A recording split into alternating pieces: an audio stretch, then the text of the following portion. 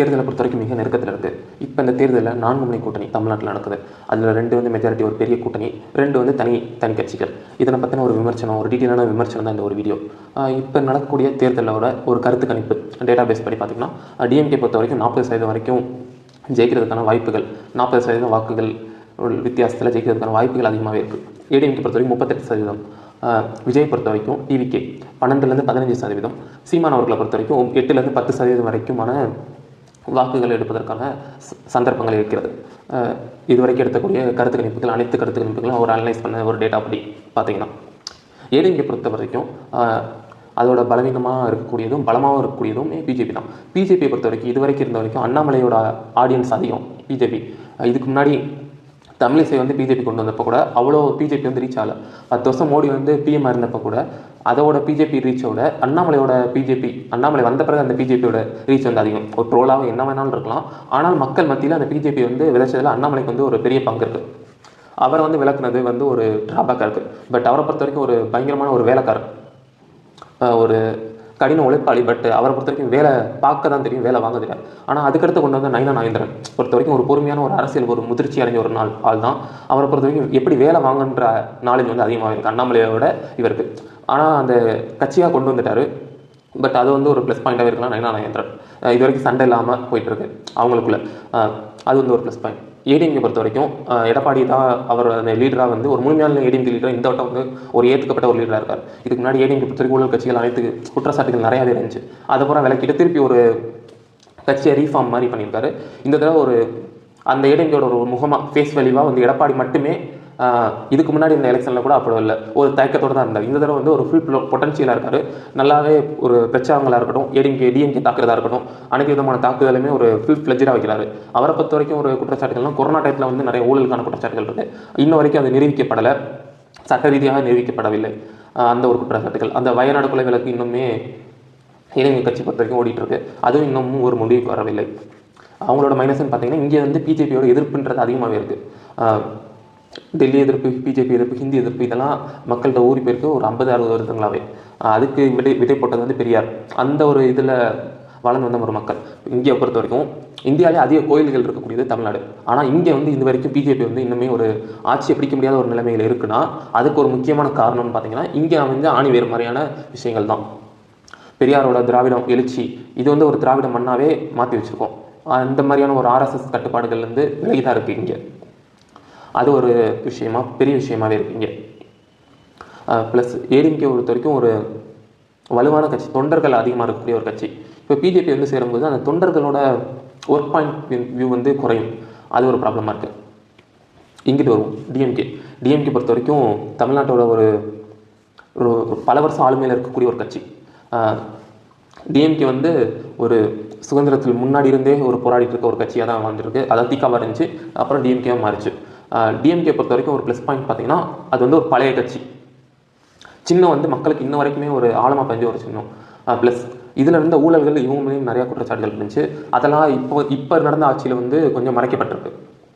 அதாவது மக்கள் அடிக்கிற மாதிரியான சில விஷயங்கள் பண்ணிட்டு வந்திருக்காங்க. ப்ளஸ் உதயநிதியோட ஒரு ப்ளஸ் பாயிண்ட். உதயநிதி வந்து இந்த 5 வருஷத்தில் ஒரு ஃபேஸ் வேல்யூ ஆஃப் டிஎம்கே வந்து ஒரு நல்லாவே பண்ணியிருக்காரு. இங்கே இந்த பக்கம் நீங்கள் காங்கிரஸ் பார்த்தீங்கன்னா, ராகுல் காந்தி விட்டத்தை இங்கே வந்து உதயநிதி அதை வந்து சரி பண்ணியிருக்காரு. ராகுல் காந்தி பொறுத்த வரைக்கும் தலைமைக்கான அடுத்த ஒரு முகமாக இருக்க வேண்டிய ஒரு ஆள். அடுத்தடுத்த தொண்டர்கள் மட்டும் தான் ஏற்றிட்டாங்கன்னு வெளியே கட்சி இன்னுமே அவர் வந்து ஒரு முழுமையான ஒரு முகமாக ஏற்றுக்கல. இங்கே பார்த்தீங்கன்னா அவர் இறங்கி வேலை பார்த்து கட்சி ஏற்றுக்கும் மாதிரியான செயல்பாடுகளை பண்ணி இந்த ஒரு 5 இயர்ஸாக ஒரு பொட்டன்ஷியலாக ஒர்க் பண்ணி அது ஒரு அவரோட ஃபேஸ் வேல்யூ வந்து இன்க்ரீஸ் பண்ணியிருக்காங்க நிறையாவே. அது வந்து ஒரு plus point of DMK.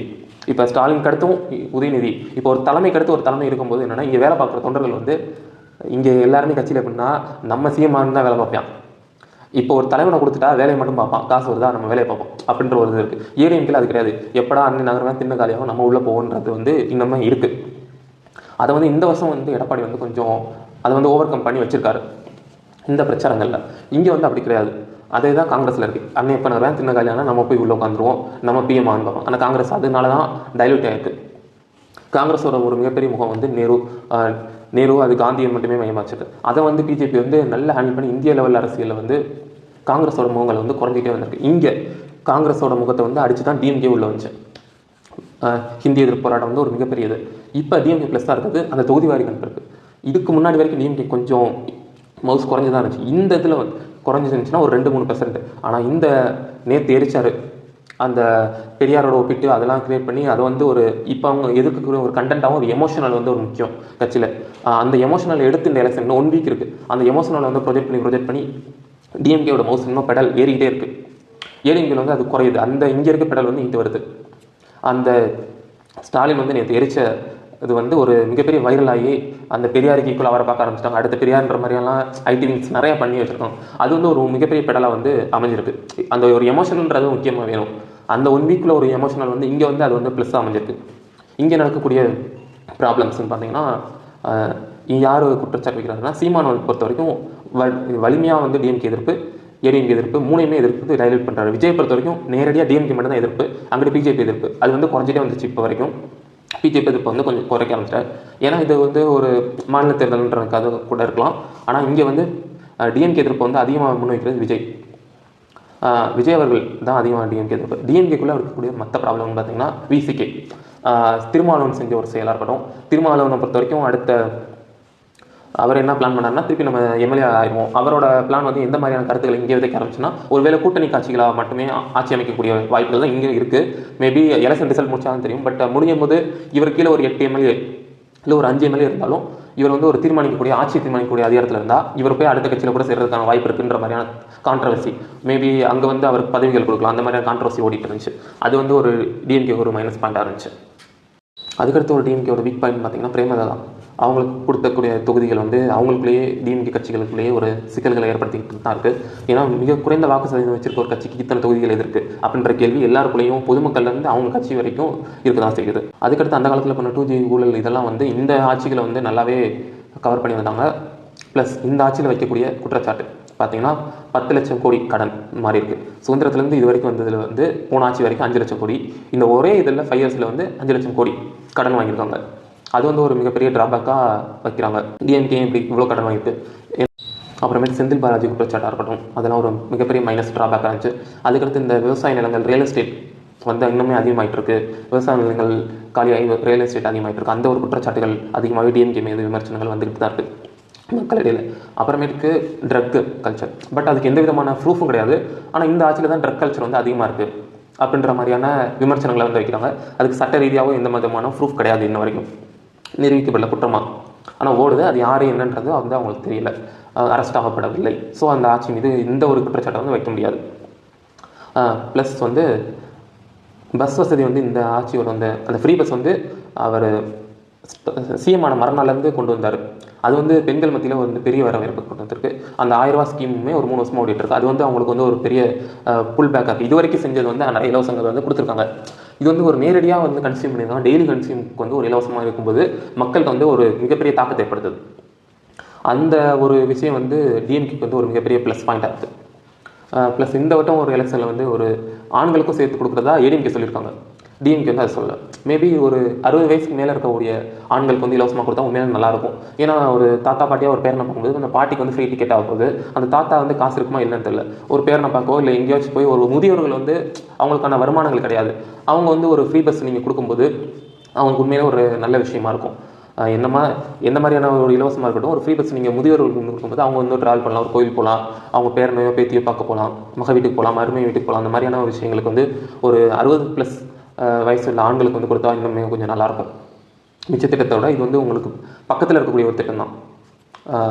Free bus இலவசம் வந்து பெண்கள் கொடுக்கும்போது ஒரு இன்னொரு ஆண்களுக்குன்றது மாதிரி கேட்கல, 60 வயசுக்கு மேலே இருக்கவங்களுக்கு மட்டும் கொடுத்தாங்கன்னா அந்த திட்டம் வந்து உண்மையிலே ஒரு சிறப்பான ஒரு திட்டமாக இருக்கலாம். முக்கியமாக சட்ட ஒழுங்கு, செந்தில் பாலாஜி, இது 3 தான் ஒரு மிகப்பெரிய ட்ராபேக்காக இருக்கிறது வந்து டிஎம்கேவோட ஒரு மிகப்பெரிய ட்ராபேக். ப்ளஸ் பாயிண்டாக இருக்குது. இன்ன வரைக்கும் அந்த டெல்லி எதிர்ப்பு, ஹிந்தி எதிர்ப்புக்கூடிய விஷயங்களை வந்து அவங்களால இன்னுமே காட்ட முடியுது. ஒரு 50 வருஷமாகவே இன்னுமே அதை வந்து உயிர்ப்பாக வச்சுக்க முடியுது, டெல்லி எதிர்ப்பையோ ஹிந்தி எதிர்ப்பையோ. அதே மாதிரி தான் இங்கே வந்து சென்னை மட்டுமே தமிழ்நாடு கிடையாது, வளர்ச்சின்றது எல்லா ஊருக்கும் போய் சேரணும். அந்த ஒரு விஷயத்தில் வந்து டிஎம்கே வந்து கொஞ்சம் பின்னடைவு தான் செஞ்சிருக்கு. கடைக்குடி கிராமங்கள் வரைக்கும் ஒரு வளர்ச்சின்றது தான் ஒரு மிகப்பெரிய வளர்ச்சியாக இருக்கும். சென்னை மட்டுமே தமிழ்நாடு கிடையாது, எல்லா ஊரும் சேர்ந்து வளரணும்ன்றது வந்து ஒரு மக்களோட கருத்தாகவே இருக்குது. அதுக்கடுத்து அந்த காலை உணவு திட்டம், அது வந்து ஒரு ப்ளஸ் பாயிண்ட் அமைஞ்சிருக்கு. நிறைய கிராமங்களில் வந்து காலைல வந்து சமைக்க மாட்டாங்க. அந்த கிராமங்களுக்கு போகிற மாணவர்களுக்கு வந்து அது வந்து ஒரு ப்ளஸ் பாயிண்ட், காலை உணவு திட்டம். இந்த ஆட்சியோட இந்த 5 இயர்ஸில் வந்து அவங்க பெருசாக என்ன பண்ணாங்கன்னு பார்த்தீங்கன்னா, உதயநிதியோட stand up of DMK face value வந்து ஏறி இருக்குது. இந்த எலெக்ஷனுக்கு வந்து கலைஞரோட மறைவு வந்து அந்த டிஎம்கேயோட எமோஷனலாக வந்து ப்ளே ஆச்சு. இந்த தடவை அந்த தொகுதி பங்களிப்பு வந்து ஒரு மிகப்பெரிய எமோஷனலாக கடைசி கட்டத்தில் வந்து டிஎம்கேக்கு வந்து ஒரு மிகப்பெரிய ப்ளஸ் பாயிண்ட் அமைஞ்சிட்ருக்கு. அதை அவங்க ஹேண்டில் பண்ணி கொண்டு போனாங்களா வெற்றிக்கான வாய்ப்பு இன்னும் அதிகமாகவே இருக்குது. இங்கிட்டு வரும் டிவிகே பொறுத்த வரைக்கும் ஒரு புதிய கட்சி, இப்போ பிறந்த கட்சி. அதோட ஃபேஸ் வேல்யூ வந்து விஜயை பொறுத்த வரைக்கும் ஒரு மிகப்பெரிய ஹீரோ, ஒரு மாஸ் ஹீரோ வந்து ஒரு கட்சியை திறந்திருக்காருன்னா கூட்டம் வருது, எல்லாமே வருது. பட் கொள்கை ரீதியாக வந்து பின்னடைவை சந்திச்சுட்ருக்கு. அதுக்கு வந்து சீமான் தான் எதிர்ப்பு வந்து தெரிவிச்சிட்டு இருக்காரு. அதுதான் சிந்திக்கவும் வைக்கிறாருன்ற மாதிரியான கொள்கை ரீதியான பின்னடைவை தங்கிட்டு இருக்கு. ஆனால் அதை பார்த்தீங்கன்னா ஒரு மிகப்பெரிய இளைஞர்கள் இருக்காங்க. இந்த எலெக்ஷன் அடுத்த எலெக்ஷனுக்கான வெற்றி வாய்ப்புகள் வந்து அதிகமாகவே இருக்குது. இந்த எலெக்ஷனில் வந்து ஏடிஎம்கே டிஎம்கே ஒரு தொங்கலாட்சி வரும்போது விஜய் தான் ஒரு முடிவு செய்யக்கூடிய ஒரு இடத்துல இருக்கக்கூடிய வாய்ப்புகளும் அதிகமாக இருக்குது.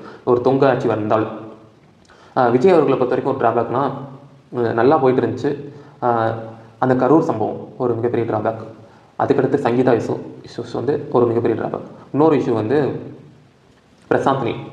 அதை வந்து ஒரு வீட்டில் சந்திச்சுக்கலாம், எங்கே வேணாலும் சந்திச்சுக்கலாம், எங்கே போய் வேணாலும் சந்திச்சுக்கலாம். அதை வந்து ஒரு பொது வழியில் வந்து பிரசாந்த் நீலை சந்திச்சது, அது வந்து ஒரு மிகப்பெரிய ட்ராபேக் இருக்குது. பட் அதெல்லாம் இந்த 10 நாளில் வந்து மறைச்சிட்டார். ஒரு ஃப்ளெஜ்டாக அந்த எனர்ஜியாக வந்து வேலை பார்த்துருக்காரு விஜய் அவர்கள். அந்த நம்ம பார்த்துருப்போம், அந்த கில்லி விஜய் பொறுத்த வரைக்கும் கில்லி குருவி ரெண்டுத்துலையுமே ஒரு விஜய் வந்து ஒரு தனியாக எனர்ஜியாக இருக்கார். அந்த எனர்ஜியை வந்து இந்த ஒரு 10 நாள் பிரச்சாரம் ஒரு வலிமை மிக்க பிரச்சாரமாக கிடைக்கார். ப்ளஸ் இன்னொரு ட்ராபேக் என்னென்னா, அங்கங்கே கான்ட்ரவர்சி. இங்கே வந்து இத்தனை கோடி சொத்து, அங்கே அத்தனை கோடி சொத்து. அவர் கீழே வேலை பார்க்குறவங்க இன்னுமே சரியாக வேலை பார்க்கல. இந்த அரசியல் வந்து புரிஞ்சிக்கல.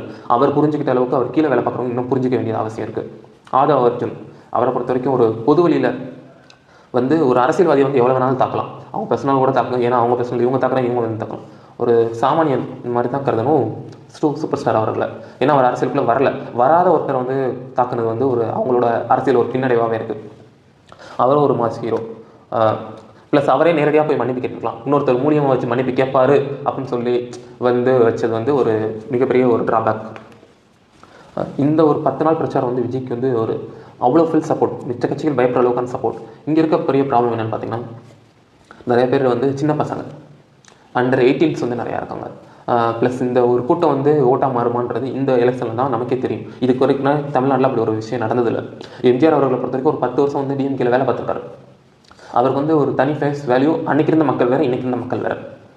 இன்றைக்கி இருக்க இன்ஃப்ளூயன்சர் வேறு, அன்றைக்கி இருக்க இன்ஃப்ளூயன்சர் வேறு. இந்த ஒரு பிரச்சனை இருக்குது. ப்ளஸ் தொகுதிகளில் வந்து அந்த ஊருக்காரங்க தொகுதிகள் வந்து ரொம்ப கம்மி. சென்னையில் இருக்கவங்க தூத்துக்குள்ளே இருக்காங்க, தூத்துக்குள்ளே வந்து நிற்கிறாங்க. இந்த மாதிரியான கான்ட்ரவர்சி வந்து நிறையா ஓட்டிகிட்ருக்கு. அது வந்து ஒரு மிகப்பெரிய ட்ராபேக்காக இருக்குது. விஜய் அவர்களை பொறுத்த வரைக்கும் ஒரு 237 எத்தனை ஜெயிப்பாருன்றது இன்னும் தெரில. மேபி ஒரு 15லேருந்து 20 ஜெயிக்கிறதுக்கான வாய்ப்புகள் வந்து இருக்குது. அவர் மீது எவ்வளோ விமர்சனம் வச்சாலும் அவர் வந்து யாருக்கும் பதில் சொல்லலை. அது வந்து ஒரு இன்னுமே ஒரு ஹீரோயிசமான ஒரு விஷயம்.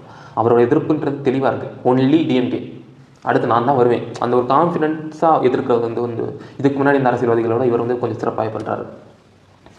ப்ளஸ் கொள்கை கருத்து எதை இங்கே தமிழ்நாட்டுக்கு என்ன பிரச்சனைன்றது தான் முக்கியம். டிஎம்கே ஆட்சி வந்து பிரச்சனையாக வந்து என்றைக்குமே இருக்காது. இந்த தமிழ்நாடு மக்களுக்கு என்ன தேவை, என்ன பிரச்சனை, இங்கே என்ன ப்ராப்ளம் இருக்குது, அதை எப்படி சரி பண்ணலாம், எந்த விதத்தில் சரி பண்ணலாம், இந்த கேள்விகளுக்கான பதில்களை வந்து இந்த விஜய் இன்னும் கொடுக்கல. விஜய் கட்சியை சேர்ந்தவங்களுக்கும் இன்னும் புரியலை. அவங்கள பொறுத்த வரைக்கும் டேரெக்டாக சிஎம் தான் இருக்காங்க இல்லையா. இங்கே என்ன ப்ராப்ளம், இந்த ஒரு அனலிட்டிக்ஸ் பண்ணி இறங்கினா விஜய் வந்து இந்த வட்டமே ஜெயிச்சிருப்பார். இங்கே என்ன ப்ராப்ளம் இருக்குது, அதுக்கான விடை என்ன, அதை எப்படி சரி பண்ணலாம், எந்த விதத்தில் சரி பண்ணலாம், டெய்லி என்னென்ன விஷயங்கள் ஃபேஸ் பண்ணிகிட்டு இருக்காங்க, இதை சரி பண்ணுறதுனால இந்த என்னென்ன ப்ராப்ளம் தீரும், மக்களோட வளம் எப்படி இருக்கும், கிராமங்கள் எப்படி இருக்கும், அந்த மாதிரியான தனித்தனி இன்னுமே ஒரு அனாலிட்டிக்ஸ் வந்து விஜய் இன்னும் போகல. மேபி அடுத்த எலெக்ஷன் இதை பண்ணார்னா ஜெயிக்கிறதுக்கான வாய்ப்பு வந்து அதிகமாகவே இருக்குது. இப்போ ஒரு கூட்டணி தனியாக நிற்கிறதோட ப்ளஸ் என்னென்னா, அவரோட வாக்கோட பொட்டன்ஷியல் பார்க்கலாம். அது வந்து ஒரு ஃபஸ்ட்டு தடவையில் இவ்வளோ தூரம் வந்துட்டாருன்னா அது வந்து ஒரு மிகப்பெரிய ப்ளஸ் பாயிண்ட் தான். ப்ளஸ் சினிமா விட்டுட்டு வந்திருக்காரு. இங்கே சினிமா பேன் இந்தியாவாக மாறிடுச்சு. பேன் இந்தியா மாறினால என்ன சிக்கல்னு பார்த்தீங்கன்னா, 2-3 வருஷம் வந்து ஒரு படத்துக்காக உழைக்க வேண்டியதாக இருக்குது. ப்ளஸ் ப்ராஃபிட் ஷேரிங் தான் மாறிடுச்சு. அதை வந்து இங்கே இருக்க சினிமா கல்ச்சர் வந்து அரசியலோட பிணைந்திருக்கு.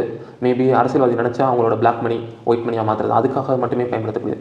பட் வேறு லாங்குவேஜோட சினிமாஸ் வந்து மாறியிருக்கு.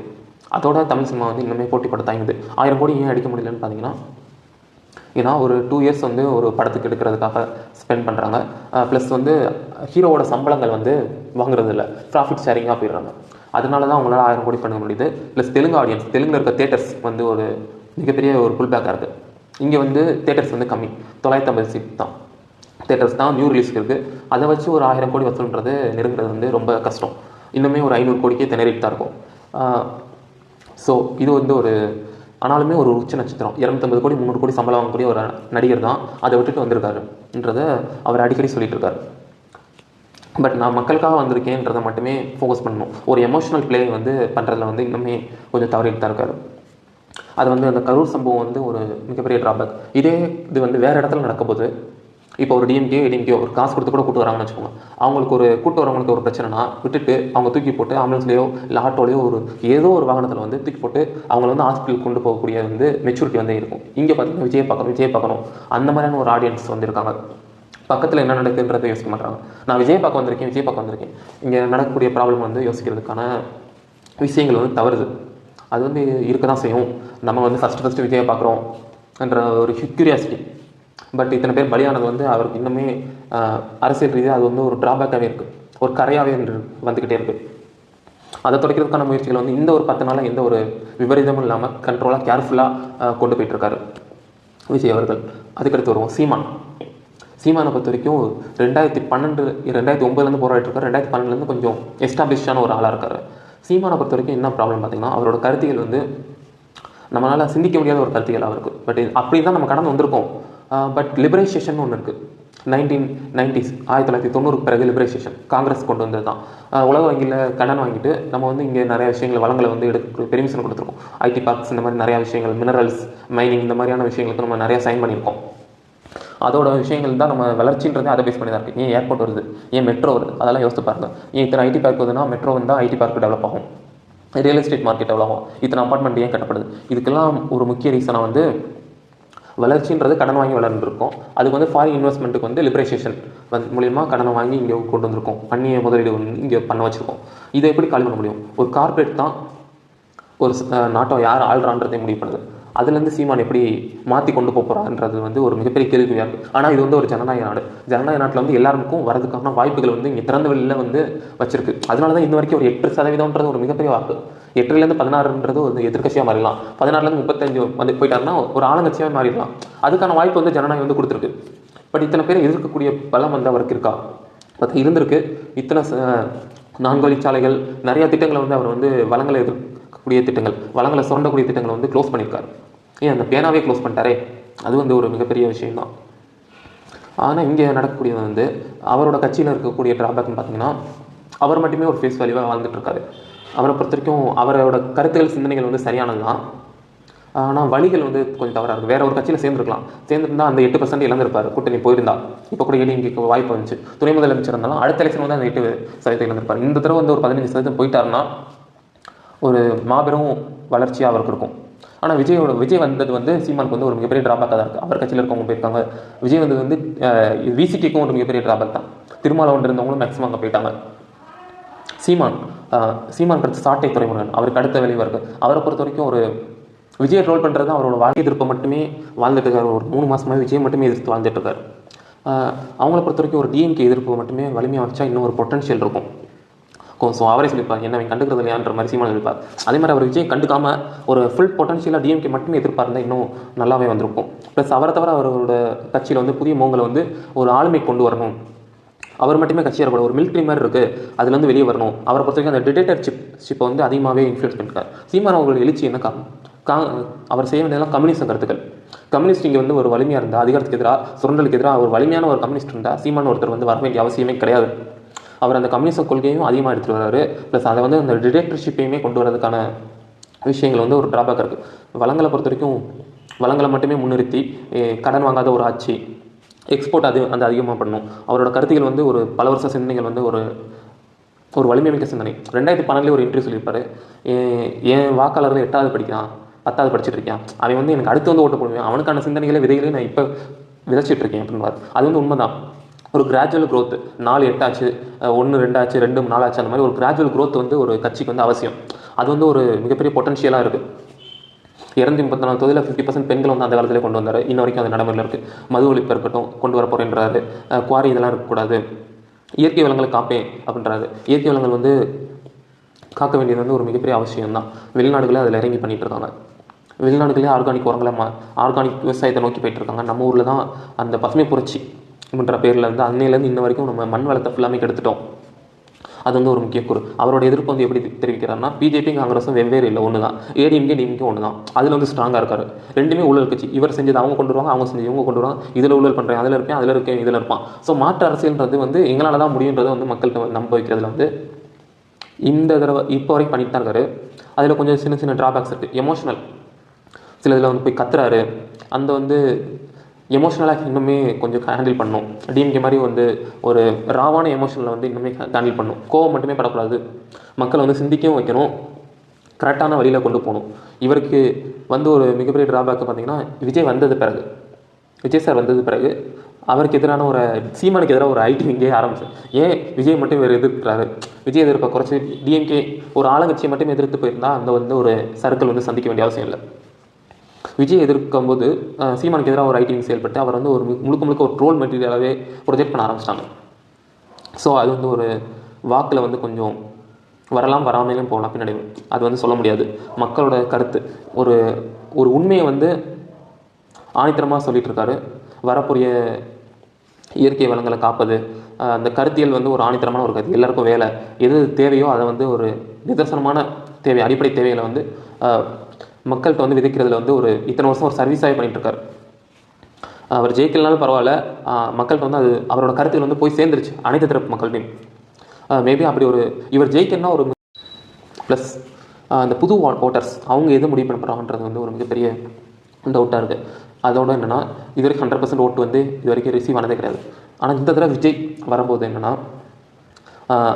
அந்த ஓட்டு போடாத ஒரு வர்க்கம் இருப்பாங்களே, அவங்களுமே விஜய்க்கு சப்போர்ட் பண்ணக்கூடிய வாய்ப்புகள் இருக்குது. இல்லை டிவிகேக்கோ இல்லை என்டிகேக்கோ ஏதோ ஒரு விஷயத்தில் வந்து பிஜேபிக்கோ அந்த வந்து ஓட்டுகளை வந்து இன்னுமே கன்சியூம் ஆகும். அது வந்து இன்னுமே கொஞ்சம் முடிவுகளை வந்து மாற்றுறதுக்கான வாய்ப்புகள் இருக்குது. என்னதான் அவங்க கருத்து கணிப்பு வச்சாலும் இந்த ஒரு விஷயம் வந்து அதை மாற்றலாம். எப்படி பார்த்தாலும் 1000 ஓட்டு 100 ஓட்டில் கூட ஜெயிச்சிருப்பாங்களே, அந்த ஒரு விஷயம் இருக்குது. அந்த ஓட்டு போடாத ஒரு மக்கள் வந்து ஓட்டு போட வருவாங்க, கண்டிப்பாக வருவாங்க. இந்த தடவை விஜய் இருக்காரு, இந்த சீமானோட கருத்துக்களாக இருக்கட்டும், இல்லை மேபி பிஜேபியாக இருக்கட்டும், ஏடிஎம்கே இருக்கட்டும், டிஎம்கே, அந்த ஒரு மக்கள் இல்லை நியூ ஓட்டர்ஸ் இவங்களோட முடிவுகளுமே இந்த எலெக்ஷனில் வந்து ஒரு தாக்கத்தை ஏற்படுத்தும். அது வந்து ஒரு கண்டிப்பான ஒரு உண்மையாக இருக்கும். இவரோட கருத்துக்கள் வந்து காரைக்குடியை பொறுத்தவரைக்கும் அவர் ஜெயிக்கிறதுக்கான வாய்ப்புகள் இருக்குது. அந்த ஊரோட கருத்து கணிப்பில் அவர் ஜெயிச்சு அவர் ஒரு எம்எல்ஏவாக இருந்து சொல்லும்போது இன்னுமே ஒரு ஆணித்தரமாக இருக்கும். அவரோட கருத்துக்கள் இன்னுமே வெளிச்சத்துக்கு வந்து அதிகமாக வரும். அவர் மீதான ஸ்பாட்லைட் வந்து இன்னுமே அதிகமாக படும். அதனால அடுத்த எலெக்ஷனுக்கு வந்து இவருக்கு இன்னுமே ஒரு பொட்டன்ஷியலாக இருக்கும். இந்த ஒரு விஷயம் எம்எல்ஏ ஆகிட்டாருன்னா, இல்லை அவர் கட்சியில் ஒரு 2-3 பேர் எம்எல்ஏ ஆகிட்டாலே ஒரு மிகப்பெரிய ஒரு பொட்டன்ஷியலாக இருக்கும் அடுத்த எலெக்ஷனுக்கு. இன்னும் 1 வீக் தான் இருக்குது எலெக்ஷனுக்கு. எலெக்ஷன் வர வரைக்கும் காத்திருப்போம். அனைவரும் வாக்களிப்போம்.